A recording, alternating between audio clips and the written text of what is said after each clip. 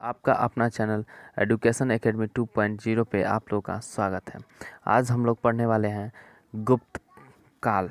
गुप्त काल के बारे में आज हम लोग पढ़ेंगे, लेकिन इससे पहले हम लोगों ने आपको और आप लोगों ने हमारा जो साथ दिया उसमें हम लोगों ने पढ़ा था मौर्य काल। ठीक है, मौर्य काल यानी कि मौर्य साम्राज्य के बारे में, जिसमें सबसे अहम रोल था चंद्रगुप्त मौर्य का। चंद्रगुप्त मौर्य चाणक्य का रोल था। साथ ही साथ हमने उसमें मौर्योत्तर काल के बारे में भी पढ़ा। तो आज हम लोग पढ़ने वाले हैं गुप्त काल।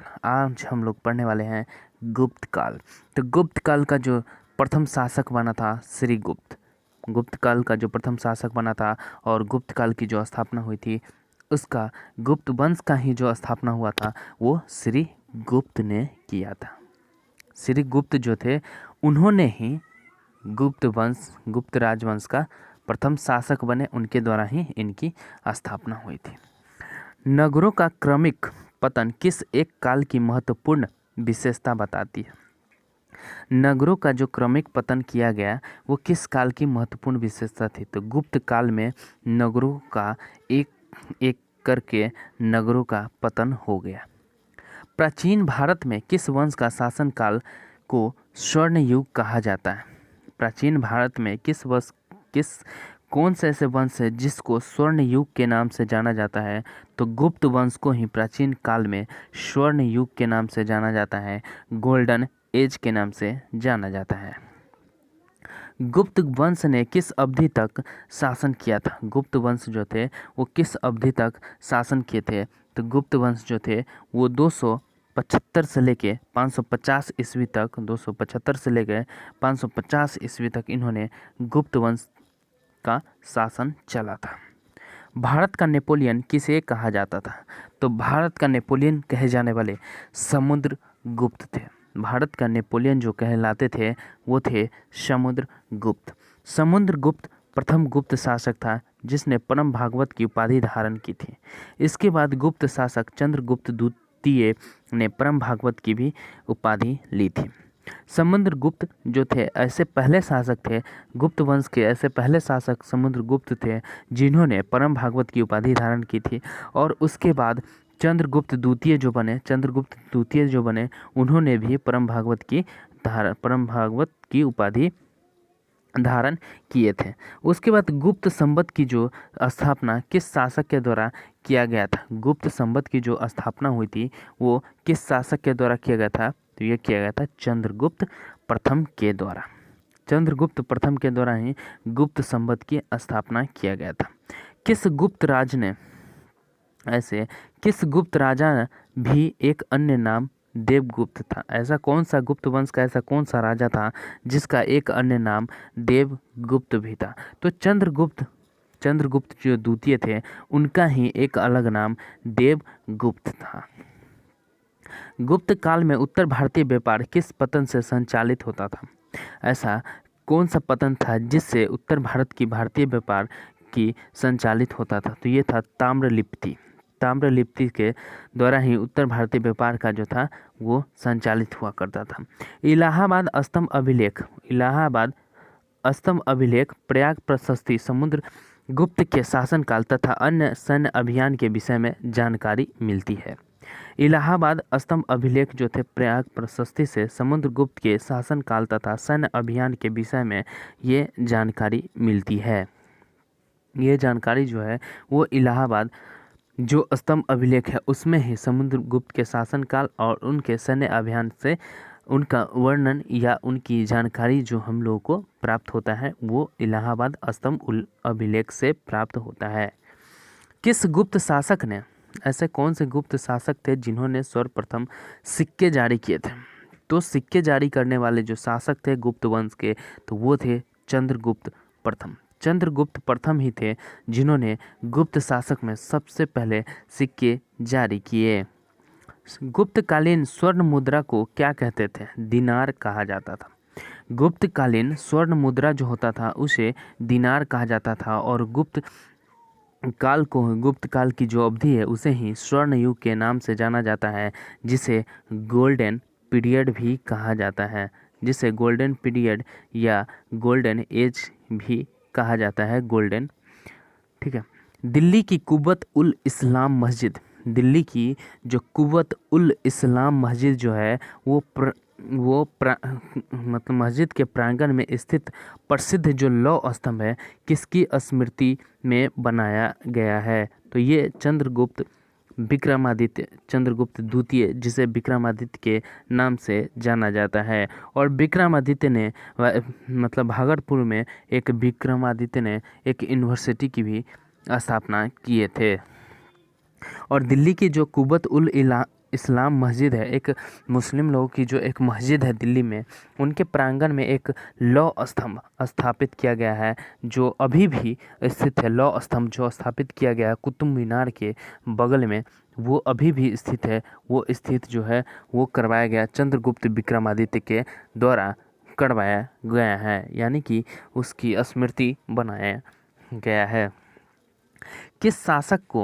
किस शासक को शक विजेता कहा जाता है? तो चंद्रगुप्त द्वितीय ही ऐसे शासक थे जिसे गुप्त वंश के अंदर ऐसे चंद्रगुप्त द्वितीय ही ऐसे शासक हैं जिसे शक विजेता के नाम से भी जाना जाता है। गुप्त शासकों की प्रमुख उपाधियां जो थी, प्रमुख उपाधियों के नाम से फेमस थे, जिसे ऐसे कौन कौन से शासक थे जिन्हें उपाधि प्राप्त हुई थी? तो चंद्रगुप्त जो द्वितीय थे उन्हें विक्रमादित्य और विक्रमांक के नाम से फेमस किया गया था और इन्हें ये उपाधि भी दिया गया था। श्री गुप्त, जिन्होंने गुप्त वंश की स्थापना किए थे, उसे आदिराज या महाराज के नाम से जाना जाता है। चंद्रगुप्त द्वितीय जो थे, जिन्हें विक्रमादित्य या विक्रमांक के नाम से जाना जाता है। स्कंदगुप्त, जिन्होंने सक्रादित्य और सक्रोपम के नाम से जाना जाता है। इनकी उपाधि जो थी सक्रादित्य और सक्रोपम थी और वो उपाधि जो दिया गया था वो स्कंद गुप्त को प्राप्त है, स्कंद गुप्त को प्राप्त है। समुद्रगुप्त जो थे उन्हें पराक्रमांक के नाम से जाना जाता है और समुद्रगुप्त ही ऐसे गुप्त वंश के ऐसे पहले शासक थे जिन्हें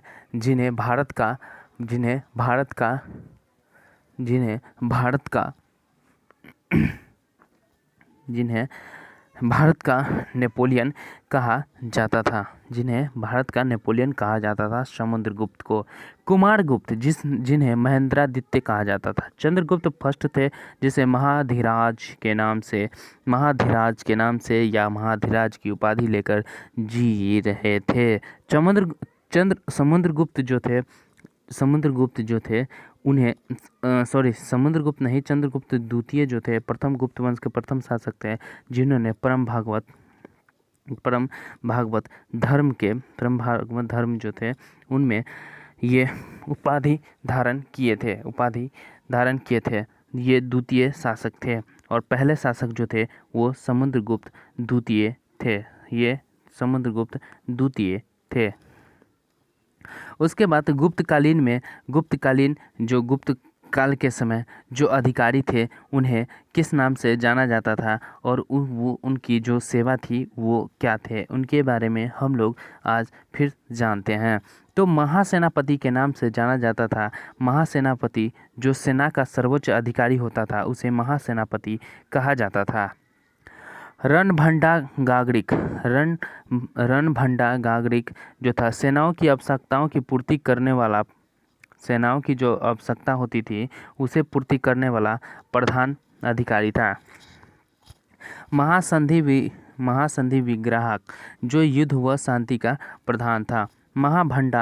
महाभंडागाराधिकृत जो थे वो राजकीय कोष का प्रधान था। महाअक्ष पटलिक जो है वो अभिलेख विभाग का प्रधान था। सर्वाध्यक्ष जो थे वो केंद्रीय सचिवालय का प्रधान होता था। महाप्रतिहार जो था वो राज्य प्रसाद का मुख्य सुरक्षा अधिकारी होता था। राज्य प्रसाद का मुख्य सुरक्षा पदाधिकारी होता था। ध्रुवाधिकरण जो था भूमि कर असूलने जो ध्रुवाधिकरण जो थे वो भूमि कर असूलने वाले विभाग का प्रधान था। अग्रहारिक जो था वो दान विभाग का प्रधान होता था। दान विभाग जो भी दान कोई भी व्यक्ति जो दान पुण्य करते थे उसका जो अध्यक्ष होता था उसे अग्रहारिक के नाम से जाना जाता था, या प्रधान होता था उसे अग्रहारिक के नाम से जाना जाता था। महाबलाधिकृत जो होता था वो सेनापति का सर्वोच्च अधिकारी भी होता था, और ये सेना मतलब सेना का जो सबसे ऊंचा अधिकारी जो होता था उसे महाबलाधिकृत भी कहा जाता था। महादंड नायक, जिसे न्यायाधीश जो थे वो महादंड नायक साबित होते थे, क्योंकि लोगों को गलती करने पे दंड दिया जाता था। दंड पाशिक, पुलिस विभाग का सर्वोच्च अधिकारी दंड पाशिक है। विनय स्थिति स्थापक शिक्षा अधिकारी होते थे। गुप्त काल में अपनी आयुर्विज्ञान विषयक रचना के लिए कौन प्रसिद्ध था? गुप्त काल में ऐसे कौन थे जिन्होंने आयुर्विज्ञान विषय की रचना के लिए प्रसिद्ध था? तो वो थे सुश्रुत। चंद्रगुप्त के नवरत्न में से कौन फलित ज्योतिष से संबंधित था? चंद्रगुप्त के नवरत्न में से कौन से फलित ज्योतिष से संबंधित था? छप्पनक जो थे उन्होंने नवरत्न में से शामिल था। चंद्रगुप्त के समय जो नवरत्न में शामिल था छप्पनक। चंद्रगुप्त द्वितीय जो कि 375 ईस्वी से लेकर 415 ईस्वी तक स्वयं एक विद्वान तथा विद्वानों का आश्रयदाता था। उसके दरबार में 9 विद्वानों का एक समूह नवरत्न निवास करता था। इनमें कालिदास, धन्वंतरि, छप्पनक, शंकु, बेताल भट्ट, अमर सिंह, घटकर पर, वराहमिहिर तथा वरुचि जैसे विद्वान थे। यानी कि चंद्रगुप्त द्वितीय ही थे जिन्होंने नवरत्न को बनाया था, और वो अपने शासनकाल में नवरत्न यानी कि 9 विद्वानों को अपने राज्य में अपने दरबार में रखते थे, जिनमें कालिदास शामिल है, धन्वंतरि शामिल है, छप्पनक, शंकु, बेताल भट्ट, अमर सिंह, घटकर, वराहमिहिर और वरुचि जो थे ये नवरत्नों में शामिल थे। 9 ऐसे विद्वान जो थे इनमें शामिल थे। शक एवं गुप्त संवतों के मध्य कितना अंतर है? शक एवं गुप्त संवतों के मध्य अंतर जो है वो अंतर है 242, और गुप्त शक संवत और विक्रम संवत के बीच में 135 वर्ष। गुप्तकालीन यानी कि रजत मुद्राओं को क्या कहा जाता था? तो ये कहा जाता था रूपक। कुमारगुप्त कालीन मंदौर अभिलेख में किस श्रेणी का उल्लेख किया गया? तंतुवाय श्रेणी का इसका उल्लेख किया गया। मध्य प्रदेश के रीवा जिले में सुपिया का लेख में गुप्त वंश को घटोत्कच वंश के नाम से भी जाना जाता है। मध्य प्रदेश में जो सुपिया लेख का मिला है उसमें गुप्त वंश की जो चर्चा की गई है वो घटोत्कच वंश के नाम से इनकी जो है वो चर्चा की गई है। तो घटोत्कच वंश के नाम से इनकी चर्चा हुई है। तो आज हम लोग फिर यहीं पे गुप्त काल को रखते हैं, फिर अगला जो होगा उसको हम लोग अगले लेक्चर में देखते हैं। जो शेष बचे हैं गुप्त काल उसे हम लोग अगले लेक्चर में देखते हैं गुप्त काल को। तो यहीं पे रखते हैं गुप्त काल को, आज हम लोग यहीं पे द एंड करते हैं। जय हिंद, जय भारत।